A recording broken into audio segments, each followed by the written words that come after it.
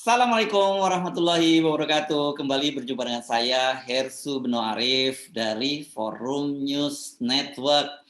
Dalam beberapa hari terakhir ini, siapa yang akan menjadi Pangkostrat atau Panglima Komando Cadangan Strategis dari TNI Angkatan Darat yang kosong ditinggalkan oleh Letnan Jenderal TNI Dudung yang sekarang menjadi Kasat, itu jadi perbincangan yang sangat menarik. Dan ada sejumlah nama yang disebut sebagai kandidat kuat, tapi pasti yang paling media itu seksi melihatnya itu adalah menakar peluang dari menantu Menko Marinvest Luhut Panjaitan, yakni Jenderal Maruli.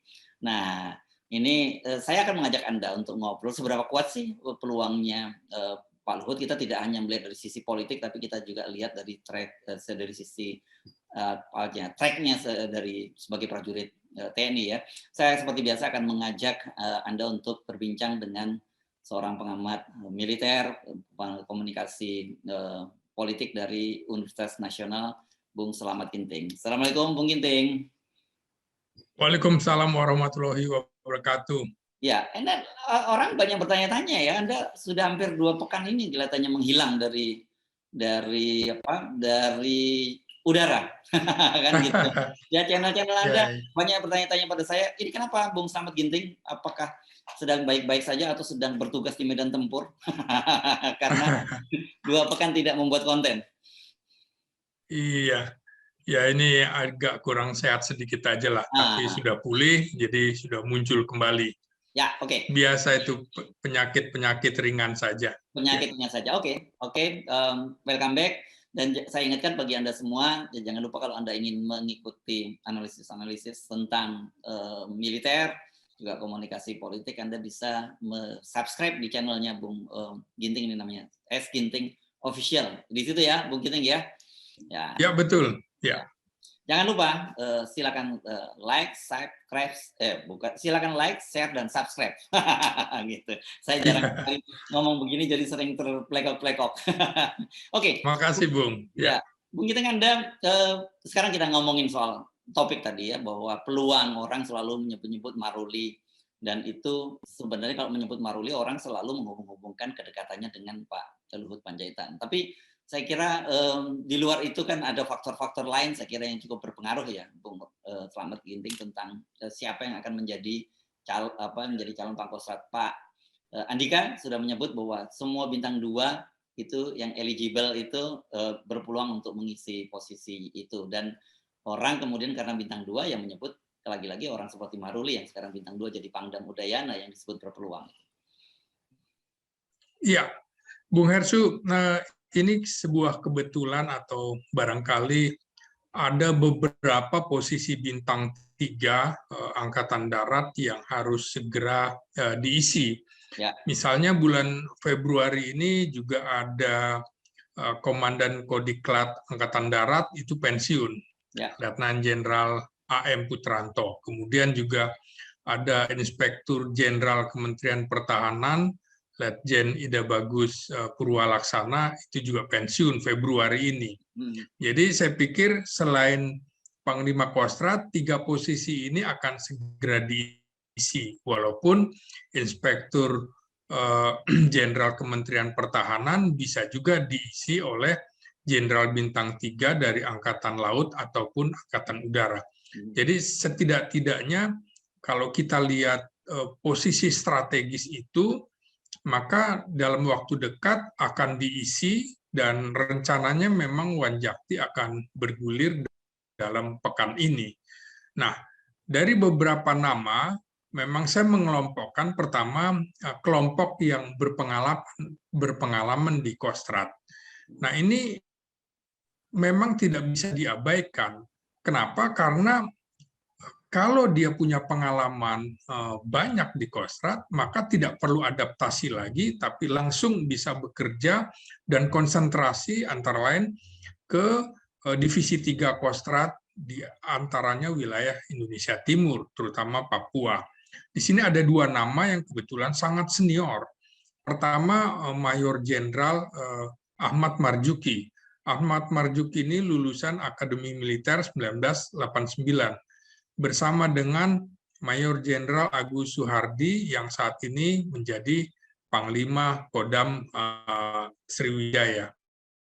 Kalau Mayor Jenderal kini sekarang asisten teritorial Kasat, sementara Maijen Agus Suhardi lebih senior dari Maijen Marjuki, lulusan 1988A. Jadi lebih senior juga daripada Kasat Jenderal Dudung Abdurrahman. Keduanya ini lama sekali bertugas di Kostrad, iya, lama sekali tugas di Kostrad, 23 tahun ini, Bung Hersu. Jadi hampir semua posisi itu ditempati keduanya. Mungkin lebih variatif Agus Suhardi daripada Marjuki dalam posisi jabatan. Tapi kemudian hitungannya sekitar 23 tahun juga. Nah, Marjuki ini terakhir di Kostrad sebagai Inspektur Kostrad dan sebelumnya juga Panglima Divisi 3 Kostrad. Kalau Agus Suhardi pernah menjadi Panglima Divisi 2 Kostrad, pernah juga jadi Kepala Staf Divisi 1 dan Divisi 2 Kostrad, Komandan Brigade Kostrad, asisten, bahkan Danyon, sama juga dengan Marjuki Danyon.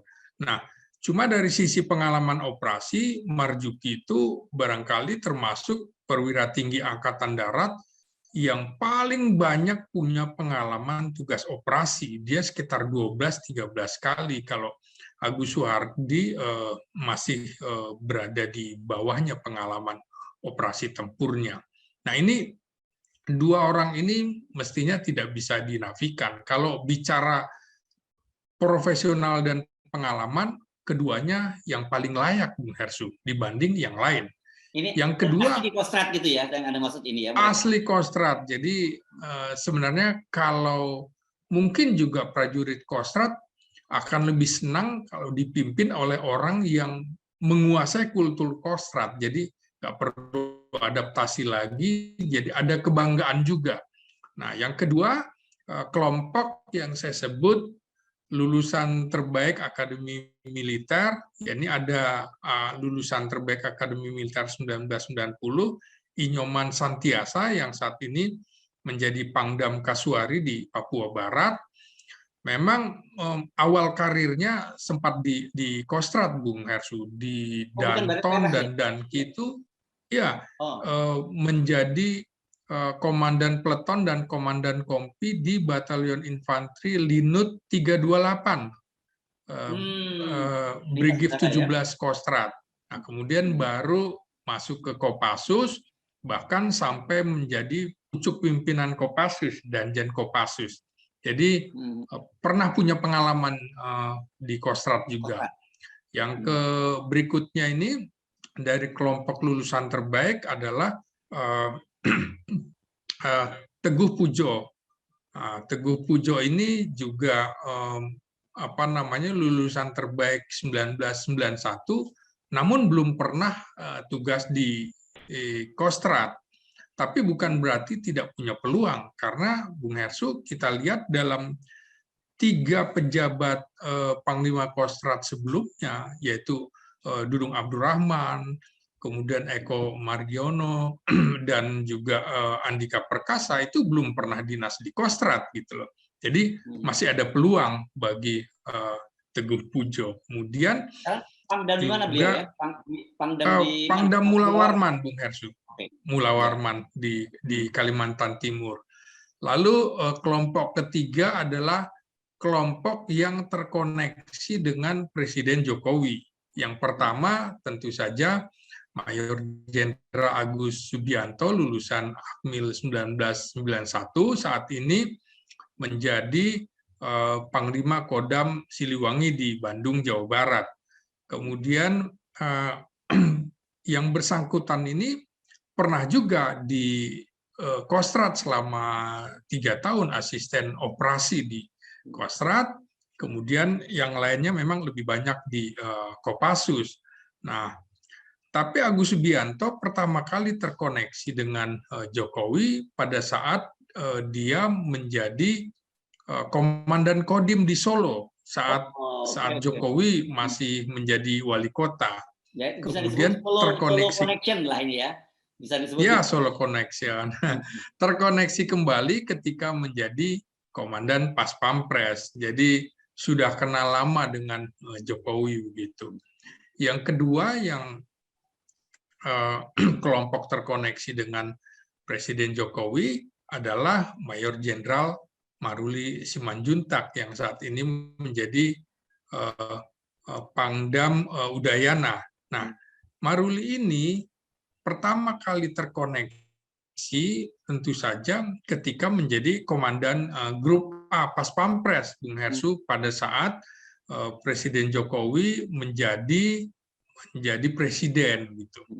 Tapi memang sebelumnya juga sudah pernah terkoneksi walaupun tidak secara langsung pada saat yang bersangkutan menjadi komandan grup di grup Kopassus di Solo. Kasus Cebongan 2013 itu Bung Hersu. Ya, kasus Cebongan ini ya. Iya, iya, Kartasuro. Ya.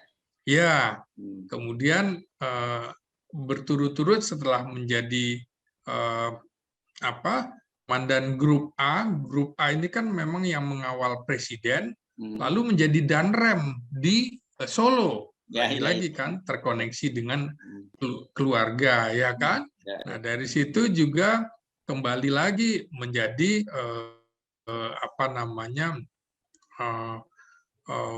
wakil komandan Kopas, wakil komandan Pas Pampres, kemudian kepala staf Kodam Diponegoro di Jawa Tengah, wilayahnya tentu termasuk Solo ya. Setelah itu kembali lagi menjadi komandan Pas Pampres. Jadi orang yang paling lama terkoneksi dengan Jokowi saat ini di lingkungan perwira tinggi TNI adalah Maruli Simanjuntak. Jadi setidaknya di atas angin Maruli Simanjuntak ini punya peluang paling besar dibanding rekan-rekan yang saya sebutkan tadi.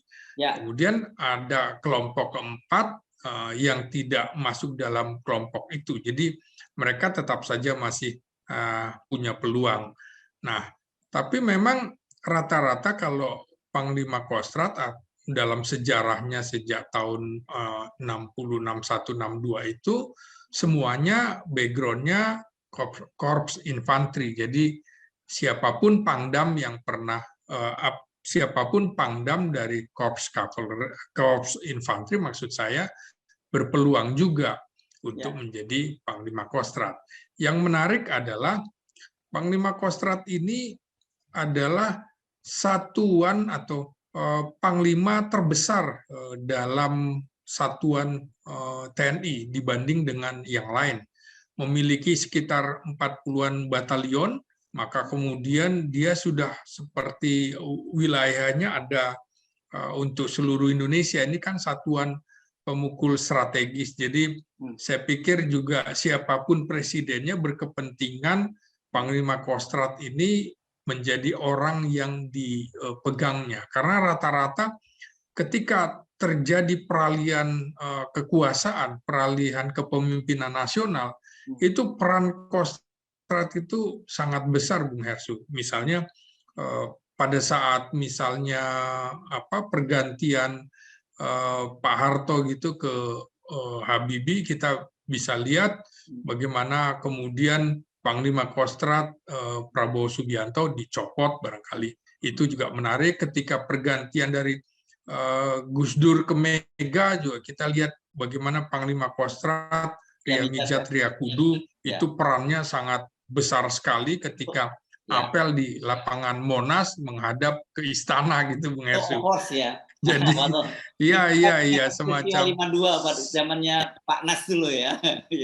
Ya, hampir sama dengan peristiwa 17 Oktober 1952 ketika TNI protes terhadap presiden karena dianggap terpengaruh oleh keputusan atau saran dari parlemen, tidak mengabaikan kepentingan militer di situ. Jadi Kostrat ini memang harus dipegang karena punya 3 divisi yang cukup besar, Bung Hersu. Ya, belum lagi kalau kita bicara peralihan dari Bung Karno ke Pak Harto, peran Pak Harto sebagai Pangkostrat yang kemudian akhirnya menjadi presiden berikutnya menggantikan Bung Karno ya. Persis, jadi diawali dari Panglima Kostrat yang pertama, toh akhirnya juga menjadi pemegang kekuasaan tertinggi menggantikan Presiden Soekarno melalui surat perintah 11 Maret. Jadi seperti orang kedua di Angkatan Darat begitu, Bung Hersu. Ya, ya, ya. Karena strategis sekali dan dalam sejarah Angkatan Darat itu hampir sama banyaknya, tapi belakangan ini jabatan Panglima Kostrat itu lebih berpeluang menjadi kasat ketimbang wakil Kepala Staf Angkatan Darat. Dulu ketika era Orde Baru, wakil Kepala Staf Angkatan Darat seperti jabatan magang sebelum menjadi kasat, tapi kemudian di era reformasi justru terbalik. Jadi Panglima Kostrat lebih berpeluang. Jadi inilah yang membuat orang tertarik untuk menunggu keputusan dari presiden. Saya kira kalau udah bintang 3 sangat politis, siapa yang akan menjadi Panglima Kostrat pengganti Jenderal Dudung Abdurrahman yang sudah 2 bulan posisi itu ditinggalkan, sehingga dia rangkap jabatan kasat sekaligus Panglima Kostrat, Bung Hersu. Ya, ini hitungannya relatif lama ya, jabatannya dibiarkan kosong gitu ya? Ya, cukup lama juga. Kemudian juga kita tahu, Bung Hersu, ketika pergantian Panglima TNI dari Jenderal Gatot Nurmantio kepada Marskal Hadi Cahyanto juga ada kontroversi pergantian Panglima Kostrat kan, ketika Maijen Sudirman sudah diputuskan oleh Gatot Nurmantio tapi dibatalkan oleh Marskal Hadi Cahyanto. Jadi sangat strategis dan ini harus juga terkoneksi atau dengan Panglima TNI karena komandonya kan juga di bawah Panglima TNI, koordinasi pembinaan memang dengan Kepala Staf Angkatan Darat, tapi sebagai satuan pemukul strategis, maka Panglima TNI juga berkepentingan Panglima Kostrat adalah orang yang dipercayanya. Jadi bukan semata-mata pengalaman, profesional, terbaik, atau dekat dengan presiden, macam-macam pilihannya. Jadi memang sebaiknya sih Bung Hersu harus ada role model supaya jangan kemudian ini digunakan menjadi kepentingan-kepentingan politik yang merusak sistem di TNI, merit system gitu ya. Ya. Kan disebutkan oleh Panglima TNI bahwa Wanjakti itu sudah bekerja gitu ya. Dan nanti ini biasanya prosesnya ada berapa nama dan itu kemudian presiden yang akan memutuskan ya? Ya, rencananya memang pekan ini ada Wanjakti dan segera kemudian hasil Wanjakti itu diserahkan kepada presiden. Memang nama pertama memang dari Kepala Staf Angkatan Darat kepada Panglima TNI, baru kemudian Panglima TNI menyerahkan kepada presiden siapa yang akan dipilih. Jadi posisi-posisi strategis sejak era Bung Karno, era Pak Harto, antara lain Panglima Kostrat, Panglima Kodam Jaya, Panglima Korps Marinir, kemudian juga Komandan Korpaskas, itu biasanya atas persetujuan presiden juga, karena pasukan-pasukan ini kalau misalnya tidak loyal kepada presiden, tidak bisa dikendalikan, ini akan mengganggu stabilitas nasional.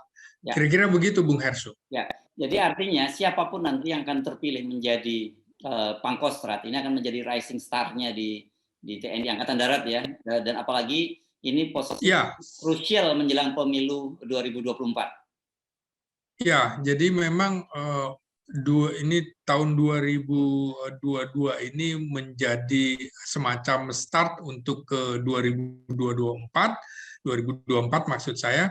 Nah, kemudian yang harus juga dibenahi menurut saya, Kostrat ini terlalu mengelompok di Pulau Jawa, saya memang termasuk yang kurang pas dengan kondisi divisi Kostrad sekarang. Mestinya divisi 1 menurut saya sudah pindahlah dari Cilodong sebaiknya ke Sumatera karena misalnya ada ancaman di Natuna. Jadi divisi 1 sebaiknya di Sumatera, divisi 2 nggak apa-apa misalnya di Pulau Jawa atau di Kalimantan karena sekarang itu posisi rencananya ibu kota negara ada di sana dan posisi divisi 3 kan memang ada di Sulawesi Selatan. Dan itu nah, baru Bung kan, Hersu yang juga divisi 3 ya, kan lama ya. Ya, apalagi kemudian masih belum ada pemerataan dalam pengertian belum ada brigade infanteri di Sumatera, mestinya sudah ada. Setidak-tidaknya menurut saya harus ada 6 brigade infanteri yang ditempatkan di pulau-pulau besar Sumatera, Jawa, Kalimantan, Sulawesi, dan Papua. Jadi sekurang-kurangnya ada 5 brigade infanteri ditambah 1 di perbatasan Papua, 1 di perbatasan Kalimantan dengan Malaysia. Jadi sekurang-kurangnya ada 7 brigade infanteri yang tersebar di pulau-pulau besar. Nah, selanjutnya dibagi saja untuk pulau-pulau terluar, misalnya ada sekitar 91-92 pulau terluar, itu dikonsentrasikan saja pada Korps Marinir untuk menempatkan personilnya karena juga sudah punya Pasmar 1, 2, 3. Jangan pula semuanya di Jawa, di Jawa Timur dan Jakarta. Jadi sebaiknya juga jangan terlalu menumpuk di Pulau Jawa, baik Kostrad maupun Marinir. Ini kan satuan-satuan yang kita andalkan. Jadi harus ada penyebaran dan ke depan kan seperti Panglima TNI bilang dalam waktu dekat akan disegerakan Komandan Korps Marinir menjadi bintang 3. Nah, ini juga penting untuk menjaga kedaulatan kita, terutama juga misalnya kita punya 22 pulau terluar itu dari 92 itu 22 ada di Kepulauan Riau, Bung Hersu. Kita tidak lihat belum banyak penempatan marinir di sana. Menurut saya sudah harus kita membagi itu. Karena lihat eskalasinya di Laut Cina Selatan nih, saya kira menjadi sangat krusial sekarang. Ya, persis. Memang selalu jawabannya adalah terkendala dana. Menurut saya kita sudah harus berpikir barangkali tukar guling, misalnya Kostrad yang ada di Pulau Jawa dijual, kemudian diganti di Papua misalnya atau di Kalimantan. Tukar guling, begitu juga satuan-satuan marinir yang di Pulau Jawa, biarlah pengusaha beli itu, tapi gantikan di tempat lain sampai selesai. Nah, ini kan juga sekaligus mendukung rencana pimpinan TNI bahwa nantinya bukan cuma Satgas yang ada di wilayah-wilayah konflik, tapi kemudian memang jadi satuan-satuan. Caranya misalnya memang sudah dari awal, misalnya lulusan Tamtama, Bintara maupun Perwira sudah sejak awal diberitahu bahwa penempatanmu di daerah ini, daerah ini. Jadi bukan mundur segala macam. Nah, inilah ya tantangan kita untuk menjaga kedaulatan kita yang sangat luas ini, Bung Hersu. Oke, kembali lagi kita ke soal kandidat ya. Ya. Kalau Anda yang tadi lihat cerita dari kronologi ada ceritakan dari track record mereka masing-masing, tidak berlebihan kalau kemudian orang menyebut-nyebut peluang Jenderal Maijen Maruli Simanjuntak itu yang paling besar ya. Satu, kan ada faktor politis, faktor kedekatan juga. Orang tidak bisa melepaskan begitu saja faktor bahwa dia menantu dari Pak Luhut, salah satu orang yang paling dipercaya oleh Pak Jokowi. Kemudian kalau dari sisi track record-nya ke Wapres, Pangdam Udayana. Jadi sudah Jenderal Bintang 2, mantap lah kira-kira posisinya begitu ya. Jadi dan Pas Pampres gitu kan. langsung. Jadi sudah mantap sebenarnya Bung Hersu. Oke. Walaupun Ya, memang termasuk paling muda usianya kan masih 52 ya. tahun, artinya masih Angkatannya panjang. juga paling muda ya. Ya, Angkatannya masih juga paling muda ya. angkatan paling muda, usianya juga baru saja 52 tahun pada Februari ini. Dan yang bersangkutan sebenarnya juga sudah pernah memimpin Kostrad ketika menjadi perwira pertama itu dulu pernah menjadi komandan detasemen tempur Cakra. Ini gabungan, satuan gabungan Kostrad dan Kopassus. Jadi pernah juga bersinggungan dengan Kostrad ya. Jadi walaupun kemudian lebih lama di Kopassus tentunya. Nah, menarik memang figur Maruli Simanjuntak ini tidak terlalu banyak berkomentar di media massa, tapi bukan berarti yang bersangkutan bersembunyi, tidak. Tapi menjawab pertanyaan wartawan barangkali termasuk yang jarang bersinggungan dengan wartawan, tapi yang bersangkutan juga bukan alergi dengan wartawan, pasti juga mau menghadapi wartawan dengan jawaban-jawaban yang khas Maruli. Sebenarnya yang bersangkutan cukup familiar Bung Hersu, orangnya bukan mentang-mentang begitu ya, karena teman-teman di istana misalnya ketika ditanya gimana sih kondisi atau gaya Maruli ketika menjadi komandan Pas Pampres, ini kan kita bisa lihat ketika mengawal Presiden Jokowi di kereta api, kemudian mengawal di tempat nelayan gitu. Dia punya ciri-ciri khas tersendiri, agak beda gayanya dengan ketika Jenderal Andika Perkasa menjadi komandan Pas Pampres. Jadi memang punya karakter dan kultur yang berbeda.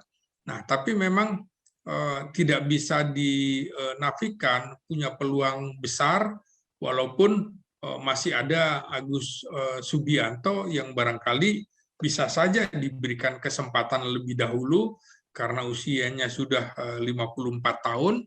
Nah, Maruli kan panjang misalnya, Bung. Misalnya sekarang usia 52, 2 tahun jadi Panglima Kostrad, masih 54 tahun, masih 4 tahun ke depan.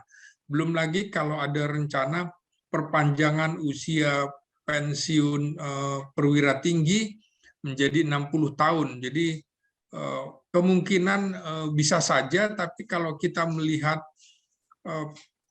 Kapolri lulusan 91 juga sudah menjadi bintang 4, maka bisa saja kemudian Maruli seperti pernah saya tulis tahun 2014 bisa juga melalui jalan tol, artinya bisa saja kemudian dipercepat menjadi Kasat kalau kemudian kali ini menjadi Panglima Kostrad, karena Jenderal Dudung Abdurrahman kan akan mengakhiri tugas sekitar 2023 Desember. Artinya sebelum terjadi peralihan kepemimpinan nasional, Jenderal Dudung juga akan selesai menjadi Kasat. Jadi ada waktu sekitar 2 tahun, apakah kemudian Maruli yang akan jadi atau Agus Subianto yang kemudian jadi. Seperti saya katakan tadi di awal,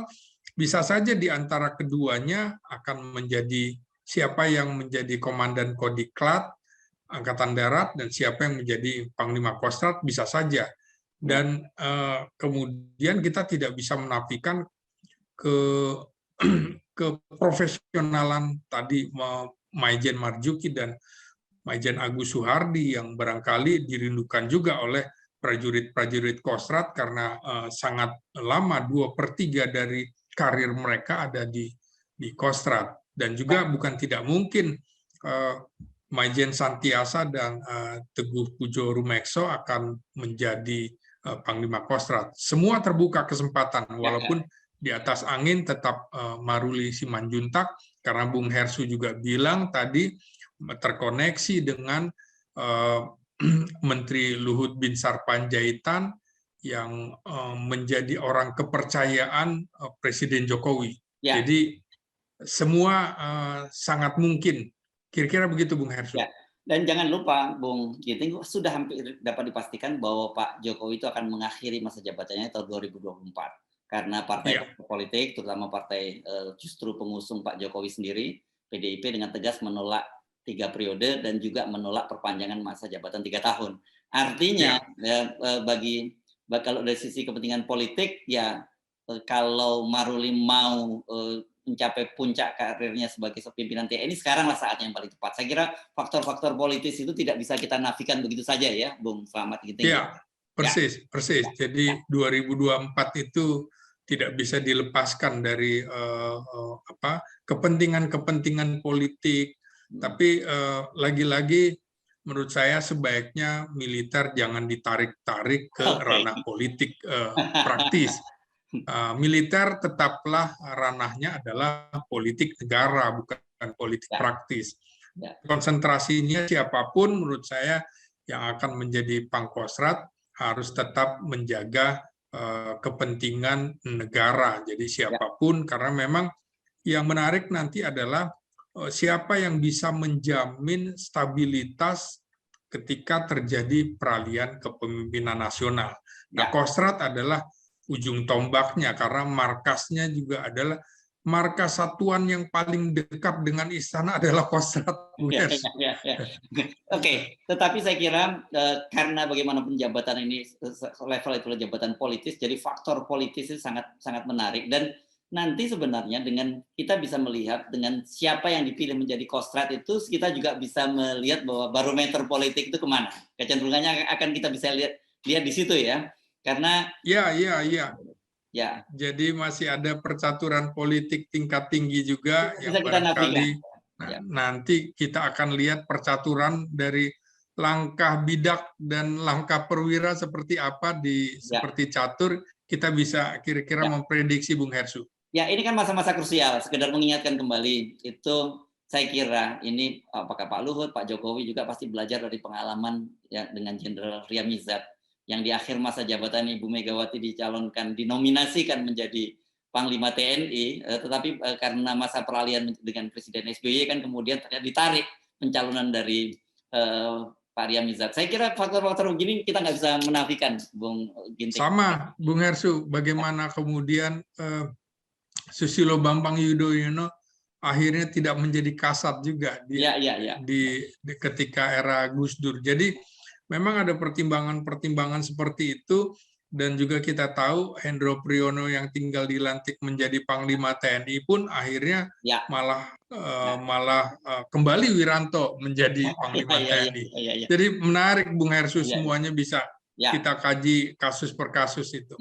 Kalau Pak Hendro dan Pak Hendro sudah menggunakan pakaian dinas dan bintang 4 ya, tinggal dilantik sebenarnya. Tapi jadi saya sepakat dengan Anda bahwa soal-soal harusnya TNI ini jangan terlalu ditarik-tarik ke ranah politik, tapi kita juga tidak bisa naif. Soal-soal tarikan-tarikan itu sangat nggak bisa kita nafikan. Oke, terima kasih Bung Ginting. Jadi perkiraan Anda pekan-pekan ini atau paling pekan depan saya kira ya, setidaknya kita sudah dapat. Ya, paling lama pekan depan itu sudah akan diputuskan. Tidak bagus juga posisi Panglima Kostrat itu masih dirangkap oleh Kepala Staf Angkatan Darat, dan bukan kali ini aja, Bung Hersu. Banyak kasus. Wiranto juga rangkap jabatan, kemudian juga Gatot Nurmantio juga cukup lama kemudian sampai diserahkan kepada Jenderal Mulyono sebagai Panglima Kostrat pengganti Gatot Nurmantio. Jadi ada kepentingan-kepentingan politis juga yang membuat posisi ini cukup lama diputuskan, walaupun memang pertimbangan seperti Jenderal Andika Perkasa, Panglima TNI, mengungkapkan bahwa Wanjakti itu rutin 3 bulan, tapi mestinya dalam kondisi-kondisi seperti sekarang sebaiknya segera diisi gitu. Begitu misalnya ada Panglima Kostrat menjadi kasat, maka harus ada penggantinya. Jangan lupa ketika kemudian Joni Lumintang itu menjadi Panglima Kostrat sekitar 17-18 jam sebelum Jamari Camniago mengambil alih menjadi posisi Panglima Kostrat. Jadi untuk mengganti Prabowo Subianto dibutuhkan waktu yang cepat, nggak boleh ada kekosongan kepemimpinan. Saya kira itu juga harus dipertimbangkan sampai waktu itu juga Kasat Subagio HS juga menjadi PJS Panglima Kostrat ketika situasi sedang genting seperti itu, Bung Hersu. Oke, terima kasih Bung Slamet Ginting. Kita tunggu. Dari situ nanti kita akan bisa membaca sebenarnya tren politik Indonesia itu kemana, dan dan tarik menarik di antara mereka sebenarnya siapa yang paling dominan gitu ya. Karena kita tahu bahwa di sekitar Pak Jokowi itu selain ada faktor orang-orang dekat seperti Pak Luhut, tapi juga jangan lupakan ada faktor Partai Demokrasi dan Perjuangan sebagai partai pengusung dari Pak Jokowi gitu ya. Terima kasih Bung Slamet Ginting. Assalamualaikum. Baik Bung Hersu.